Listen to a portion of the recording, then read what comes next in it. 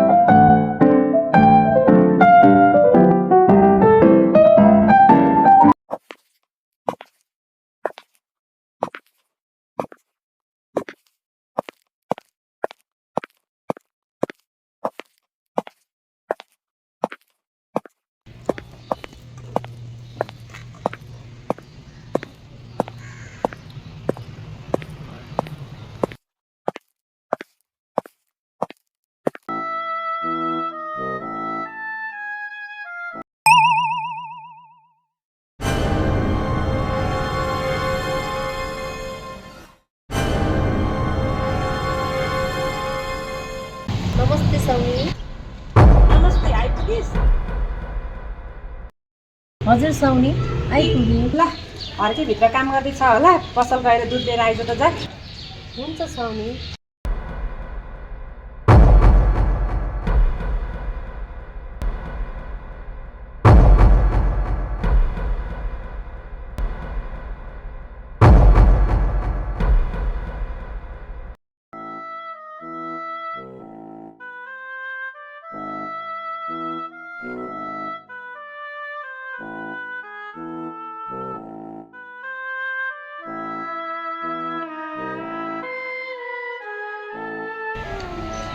हर्के पोछा लगाइसकिस्? हजुर अब सकियो साउनी। ल अब पोछा पनि लगाइसकेछस्। हिजो ठुलो पानी परेको थियो, हावाहुरी पनि चलेको थियो, बारीमा मकैहरू ढल्यो होला, यसो हेरेर आइज है। हुन्छ साउनी।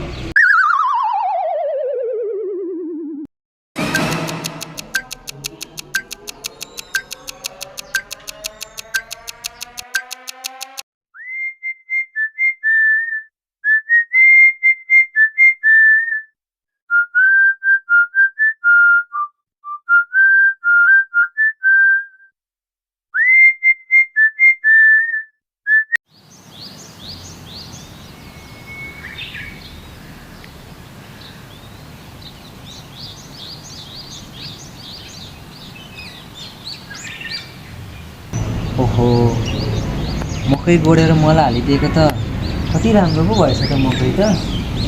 योपालि चाहिँ साउनीको मकै राम्रै फल्ला जस्तो छ है, साह्रै राम्रो पो सप्रेछ त।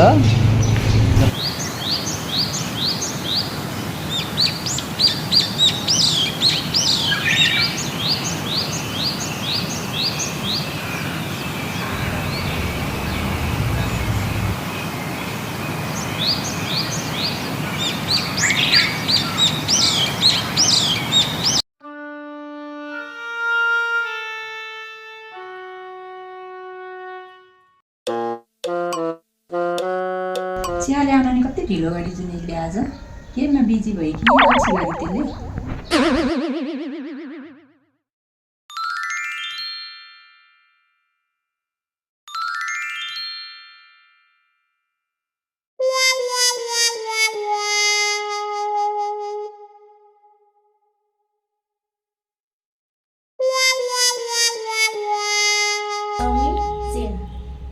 यति चिया ल्याउन नि कति बेर राखी जुनेली तैँले? सधैँ ल्याउने पसलमा दुध सकिएको छ साउनी। 2-3वटा पसलमा खोज्दा खोज्दै ढिला भयो। ल ल भइगयो, जे भने नि भइगयो नि चियाले। छिछि, 1 कप चिया बनाउन यत्रो टाइम, त्यसमाथि यति नमिठो के गरेकी जुनेली? आमाको मुख हेर्न एक दिन के घर गएकी थिइस्, आमाको मुख हेरेर चिया बनाउनै बिर्सेर आइस्? सधैँ त मिठो हुन्थ्यो त साउनी, आज कसरी नमिठो भएछ त? ल ल धेरै मुख नचला, हर्केला बारीमा पठाएको छु, गएर खाना बना। ल यो चिया पनि लगेर फाल्दे, अर्कोचोटिदेखि अलि मिठो बना। आजकल घरि यो काम गर्नेले पनि दिक्क लगाइसके। एउटालाई बारीमा पठायो त्यतै हराउँछ, अर्कोलाई चिया बनाउन पठाएको 2 घन्टामा ल्याउँछ, त्यही पनि त्यति नमिठो। यिनीहरूलाई मेरो माया बढी भयो जस्तो छ, अब केही सोच्नु पर्यो।